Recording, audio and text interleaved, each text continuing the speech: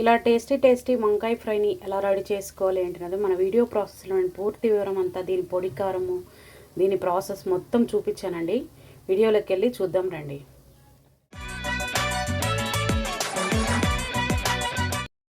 Hi hello సౌజన్య సలీమాన్ ఛానల్కు స్వాగతం అండి. ఈరోజు నేను వంకాయ ఫ్రైని తయారు చేస్తున్నాను అనమాట. ఈ వంకాయ ఫ్రై చాలా టేస్టీగా ఉంటుందండి. ఇది నేను పప్పు నంచుకు తయారు చేస్తున్నాను. వంకాయ మనకి ఈ వంకాయని ఫ్రైకి చేసుకోవచ్చు, కర్రీ చేసుకోవచ్చు, ఆలుగడ్డ కాంబినేషన్తో. అది కూడా ఇంకొక రెసిపీలో మీకు చూపిస్తాను. వంకాయలను అయితే నేను ముందుగానే సన్నగా కట్ చేసి ఉప్పు నీళ్ళలో వేసి పెట్టుకున్నానండి.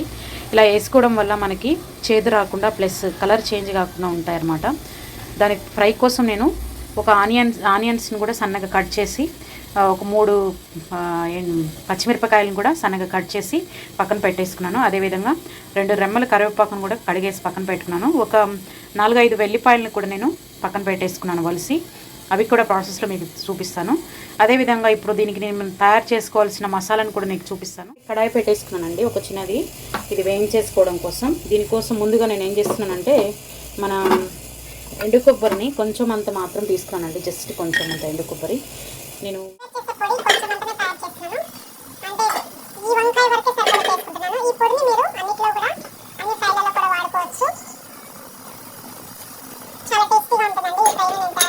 ఇప్పుడు మనం ఫ్రై చేసుకుంటున్నామండి. ఫ్రై చేసుకోవడానికి ముందుగానే మనము ఇట్లా పోపు దినుసులు వేసుకున్నాము.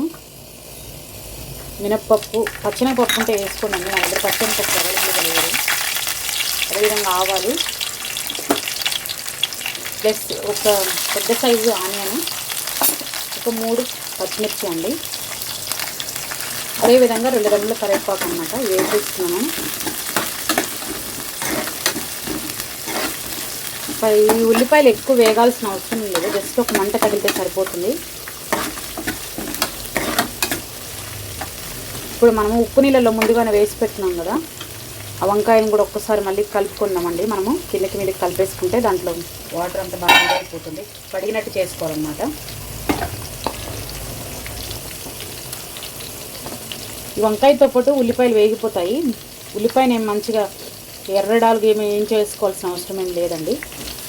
నేను తెల్ల వంకాయలు తీసుకున్నాను. మీరు ఈ ప్లేస్లో ఏ వంకాయనో తీసుకోవచ్చు. పర్పుల్ వంకాయ కానీ ప్లస్ బ్లాక్ వంకాయ కూడా సేమ్ ప్రాసెస్లో చేసుకోండి. సేమ్ పొడికారం చేసుకోవచ్చు. నేను ఇవి 1/2 కేజీ వంకాయలు తీసుకున్నానండి. 1/2 కేజీ వంకాయలని సన్నగా కట్ చేసుకున్నాను. సేమ్ అదే, ఇంక మీరు క్వాంటిటీని పెంచుకునే కొంత పొడికారం కూడా పెంచుకోవడం. నేను క్వాంటిటీ చాలా టేస్టీగా ఉంటుందండి. ఇలా చేసి చూడండి ఒకసారి ఫ్రై అయితే. ఇప్పుడు వంకాయతో పాటు కొంచెం అంత పసుపు కూడా వేసుకున్నామండి.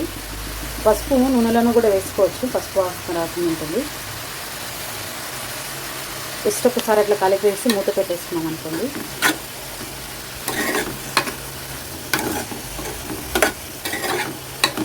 ఒక 2-3 మినిట్స్ మూత పెట్టేస్తే మగ్గుతుంది. మగ్గాక మరలా మనము అప్పుడు ఉప్పు వేసుకున్నాము.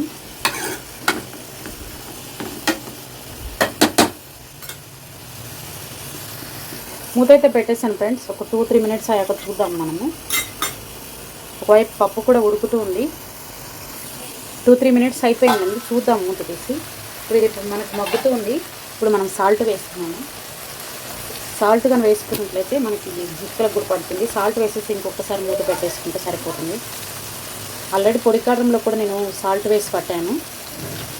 పొడికారంలో వేస్తుంటే దీంట్లో బ్యాలెన్స్ చేసుకుంటూ వేసుకోండి. అందుకే నేను కొంచెం తక్కువగానే వేస్తాను.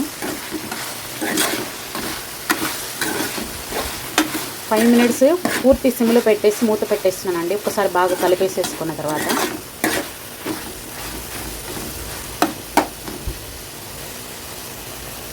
ఇప్పుడైతే మూత పెట్టేస్తున్నాను నేను. 5 మినిట్స్ తర్వాత చూద్దాము. ఇప్పుడు 5 మినిట్స్ అయితే అయిపోయింది ఫ్రెండ్స్. ఇప్పుడు మూత తీద్దాం ఒకసారి. ఇప్పుడు మనము మూత పెట్టకుండానే వేయించేసుకోవాలి. అడుగు అంటుకోకుండా మధ్య మధ్యలో కలుపుకుంటూ వేయించేసుకోవాలి.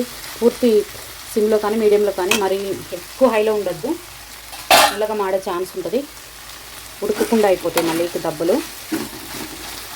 ఒకసారి అట్లా కలుపుడు ఎక్కువ కలపకుండా ఒక 2-3 మినిట్స్కి ఒకసారి టర్న్ చేసుకుంటూ పూర్తిగా మూత తీసేసి మనము వేయించుకోవాలి. మధ్య మధ్యలో ఒక్కొక్కసారి కలుపుకుంటూ మనము వేయించుకోవాలండి ఫ్రెండ్స్. ఇప్పుడు మనం పొడికారం వేసుకున్నాము. సన్నగా కట్ చేసాం కాబట్టి మనకి ఇట్లా అయిపోతుంది, అంటే మెత్తగా ఉడికిపోయింది. అది కొంచెం దొడ్డు కట్ చేసుకుంటే దబ్బలుగానే ఉంటాయి అన్నమాట మనకి. ఇప్పుడు పొడి కారం కూడా వేసేస్తున్నానండి. పొడి కారం కూడా వేసేసుకొని ఒకసారి కలిపేసి ఉప్పు చెక్ చేసుకుందాము. పొడి కారంలో ఉంది, ప్లస్ నేను ఆల్రెడీ వంకాయలు కూడా వేసాను.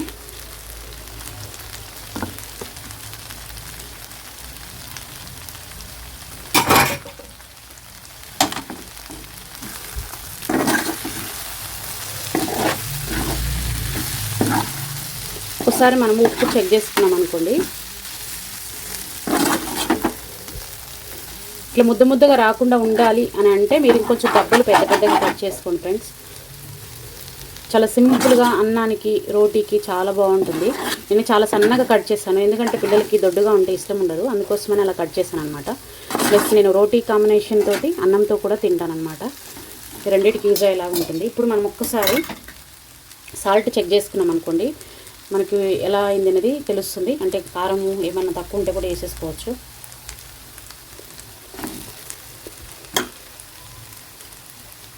కారము సాల్ట్ అన్నీ కరెక్ట్గా వచ్చేసాయి ఫ్రెండ్స్, ఇంకేం వేయాల్సిన అవసరం ఏం లేదు.